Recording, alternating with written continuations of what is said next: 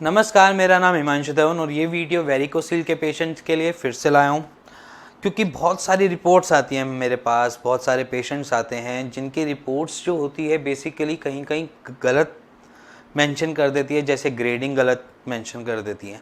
मैं यहाँ पे पैथोलॉजी लैब की गलती नहीं कह रहा हूँ क्योंकि बहुत ज़्यादा पेशेंट्स होते हैं हर पैथोलॉजी लैब्स पे, उनको हर एक चीज़ें मेंशन करके लिखनी पड़ती है। कहीं कहीं वो गलत कर बैठते हैं या समझ लीजिए गलत नहीं होती या जल्दी में वो थोड़ा मिसप्रिंट हो जाता है। मैं उस चीज़ के रिगार्डिंग बात करने जा रहा हूँ क्योंकि पेशेंट्स की एमएम के रिगार्डिंग एक ग्रेडिंग सिस्टम सेट है कि अगर वो रिलैक्सिंग पोजीशन में तो ग्रेड सिस्टम बदलते हैं, अगर बालसवा है या समझ लीजिए ब्रीथिंग एक्सरसाइज में अगर उनका ग्रेडिंग सिस्टम है वो अलग है। देखो, कभी भी आप अपनी वेरिकोसील की रिपोर्ट निकालो, उसमें एक वालसवा लिखा होता है। वालसवा मीन्स उनकी ब्रीथिंग एक्सरसाइज के बाद कितनी डायमीटर बढ़ जाती है वेरिकोसील की वेन्स का, क्योंकि डायमीटर मीन्स कि आपकी कितनी फुलावट हो रही है, उसका डायमीटर चेक किया जाता है। वो डायमीटर वेरिकोसील के पेशेंट से कहाँ से स्टार्ट होता है उसके बारे में बात करेंगे अभी। तो सबसे पहले जानिए कि अगर आपकी रिपोर्ट है तो शायद आप अपने सामने रिपोर्ट निकाल लीजिए और यहाँ पर मैं आपको एक ग्रेडिंग सिस्टम बताऊंगा आपका क्या ग्रेड है और कितने एमएम पे कौन सा ग्रेड होता है। सबसे पहले चेक करते हैं कि माइल्ड वेरिकोसील किसे कहते हैं। माइल्ड वेरिकोसील माने कि जिनका वेरिकोसील के फर्स्ट ग्रेड में भी नहीं है, सेकंड ग्रेड में भी नहीं है, थर्ड ग्रेड में भी नहीं है, वो ग्रेड जिसका कोई अभी ग्रेड सिस्टम तय नहीं हुआ बट वो ग्रेडिंग पे के टूवर्ड्स जा रहे हैं, तो वहाँ पर माइल्ड वेरिकोसील कह देते हैं। 2 से 2.5 एमएम की जो ग्रेडिंग होती है वो होती है फर्स्ट ग्रेड। अगर आप आपकी रिपोर्ट्स में चेक कर रहे हो, अगर आपकी फर्स्ट ग्रेड आई है तो उस पर एमएम चेक कीजिए। अगर 2 से 2.5 एमएम है तो इट मीन्स कि आप ग्रेड फर्स्ट में एग्जिस्ट करते हैं। और उसके बाद अगर आप 2.5 से आगे बढ़ते हैं तो 2.5 to 3 जितने भी एमएम होते हैं, जितने भी आपके इनके बीच में करते हैं 2.8 2.9, ये सेकंड ग्रेड के वेरिकोसील में काउंट कर दिया जाता है। सेकंड ग्रेड वेरिकोसील इसको कहते हैं। और इसके बाद आती है एक ग्रेडिंग सीरीज जिसमें 3, क्योंकि 2.5 to 3 जो हो गया वो हो गया एक सेकंड ग्रेड, अब 3 to 3.5 हो जाता है थर्ड ग्रेड।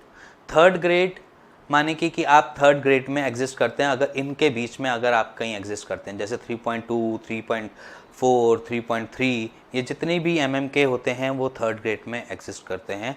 और इसके बाद अगर 3.5 से फर्दर आगे जाता है तो वो ग्रेड बदल जाता है, वो ग्रेड फोर्थ में चला जाता है, बट उसमें भी कहीं ना कहीं मेंशन कर देते हैं ग्रेड फिफ्थ। अब ग्रेड फिफ्थ मेंशन क्यों करते हैं? कभी कभी क्या होता है 3.5 के बाद फोर्थ ग्रेड तो होता है, बट कहीं कहीं किसी की रिपोर्ट में फिफ्थ ग्रेड भी मेंशन किया होता है। वो फिफ्थ ग्रेड तभी मेंशन करते हैं कि अगर आप स्टैंडिंग पोजीशन में हैं और आपने वालसवा ब्रीथिंग एक्सरसाइज की है, वो इवन आपका जो ग्रेड है वो 4 एमएम से भी ऊपर जा रहा होता है, तो वहाँ पर वो फिफ्थ ग्रेड को मेंशन कर देते हैं। जो आपके स्टैंडिंग पोजीशन के जो ग्रेडिंग होता है वो ग्रेड इस पे डिपेंड करता है कि आपका क्या लेवल है, क्योंकि आप हमेशा सांस भर के अंदर नहीं रोक सकते हो। तो हमेशा वालसवा अगर आपका कम हो रहा है, आपके स्टैंडिंग पोजीशन कम हो रही है, तो वहाँ पर नसें नहीं दिखेंगी। धीरे धीरे वो आपकी जो नसें हैं, जो आपकी वेन्स हैं, उनकी फुलावट कम होगी।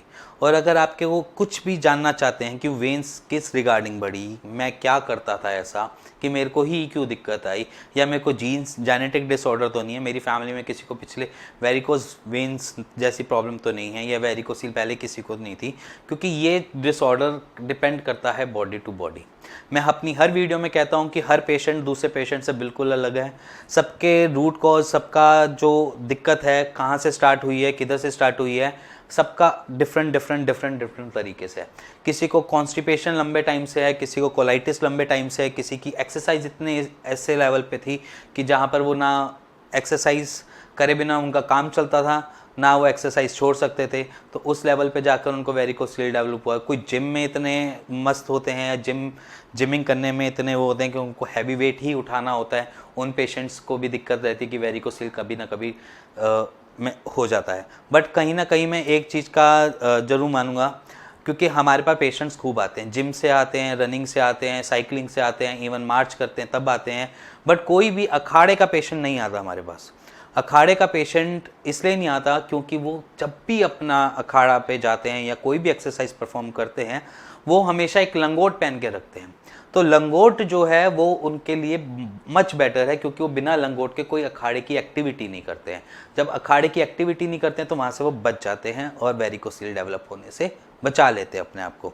और अगर आप कुछ भी जानना चाहते हैं अपने वेरिकोसील के रिगार्डिंग, समझना चाहते हैं और उसके बारे में कुछ आपके माइंड में क्वेरी है कि मैं इस ग्रेड में हूँ तो इस ग्रेड में कैसे है, तो आप अपनी रिपोर्ट्स हमें नीचे दिए हुए नंबर पर व्हाट्सएप कर सकते हैं, हमको कॉल कर सकते हैं और अपनी ग्रेडिंग के बारे में भी जान सकते हैं और उसका एक राइट सॉल्यूशन, एक राइट ट्रीटमेंट भी ले सकते हैं। और अगर आपको ये वीडियो पसंद आई हो तो please like share bell icon दबा दीजिएगा। Thank you and thank you very much.